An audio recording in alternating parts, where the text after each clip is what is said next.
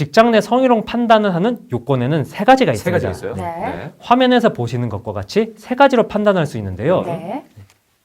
다들 아시겠지만 판단할 때 성별이 중요하진 않습니다. 그렇죠. 네. 요즘 세상에 여자만 피해자가 될 수 있다 그렇게 생각하시는 분들은 많이 안 계실 거예요. 네. 성별은 무관하고요. 네. 행위자나 피해자가 모두 같은 회사의 직원이거나 사용자일 경우에는 직장 내 성희롱의 조건에 해당이 됩니다.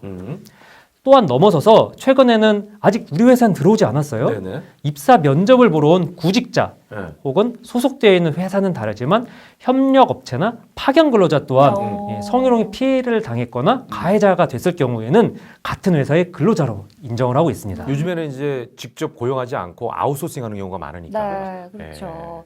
그러니까 아직 근로자가 아닐 수 있는 면접을 보러 온 친구들도 그 근로자 범위에 포함을 시키는군요. 오, 그렇다면 사실 저도 그런 걸 당한 적이 있었던 것 같아요. 진짜요? 네. 그러니까 10년 전쯤에 이제 네. 제가 면접을 막 보러 다닐 때 네. 제 옆자리에 있는 친구분한테 네. A씨는 몸매도 좋아서 네. 남자 열어 돌렸겠어요. 뭐 이런 얘기를 그 친구한테만 하시고 저한테는 안 하시더라고요.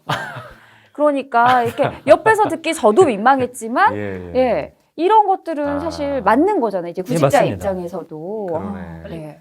면접하는데 그런 것도 물어볼 수 있잖아요. 지금 말씀하신 대로. 네. 아니 모 씨는 우리 예를 들면 외모적인 부분을 막 지적하면서 면접관이 그런 경우도 있잖아요. 상당히 네. 많습니다. 압박, 스트레스 면접에 대해서 그런 질문들 던지는 게 예전엔 그죠? 많았는데요. 지금은 명백하게 직장 내 성희롱으로 판단이 되고 있습니다. 네.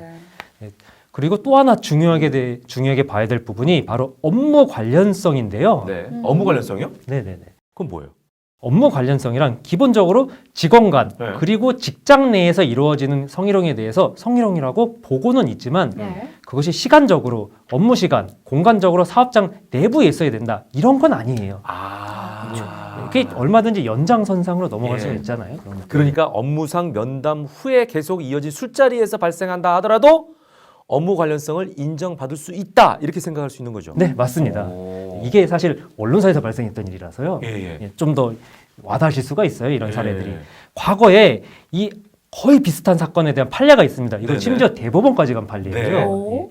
개인 면담을 이유로 처음에는 이제 회사에서 1차적으로 면담을 하고 네네. 저녁 먹으러 가자 하고 해서 회사 앞에 있는 식당에서 식당으로. 먹다가 이제 네. 2차, 3차 이렇게 가는 거죠. 시간이 지나면서 처음엔 회사 얘기하다가 나중엔 사적인 얘기도 하고 그런 자리가 되었다는 주장입니다. 일단 가해자 입장에서는 그 와중에 성희롱이 발생을 한 건데요. 네. 법원은 이를 순수한 사적 만남이다라고 보기는 어렵고 상급자가 지위를 이용하여 피해자에게 성적 굴욕감과 혐오감을 느끼게 했다고 보고 네. 이는 남녀고용평등법 당시에는 남녀차별금지법이라고 했어요. 네. 법 이름이 달라서 네. 그 법상 직장 내 성희롱에 해당한다는 판결을 내린 바 있습니다. 오.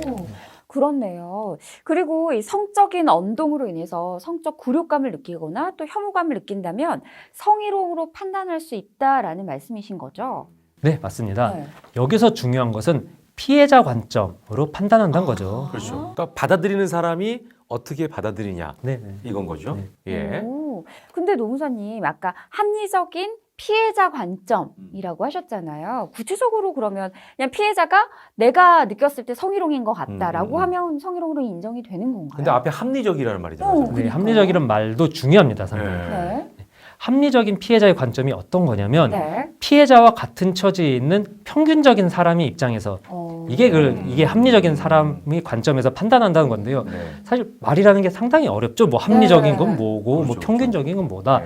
이런 것은 한 사람의 판단으로 그러한 성적 굴욕감과 네. 혐오감이 있었는지 이렇게 판단하지 말라는 거예요. 네. 평균적이라는 말이 들어가 있잖아요. 네. 평균이란 말은 뭐 법적으로 몇 명이 평균이다 이런 말은 없지만 최소한 3인에서 5인 이상이 판단할 때 이건 이제 평균적인 인식을 가졌다라고 하는 거거든요. 네. 이 성희롱이 입법화된 이후에 남녀고용평등법 시행 규칙에 따르면 피해자의 주관적인 사정을 고려하되 사회통념상 합리적인 사람이 피해자의 입장이라면 이 문제가 되는 행동에 대해서 어떻게 판단하고 대응하였을까에 이것까지 함께 고려해야 된다는 거예요. 이런 것들이 결과적으로 피해자 입장에서 여러 사람이 판단을 해봤을 때 위협적이구나.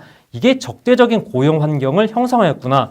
이렇다면은 성희롱에 해당한다고 규정을 한 것이죠.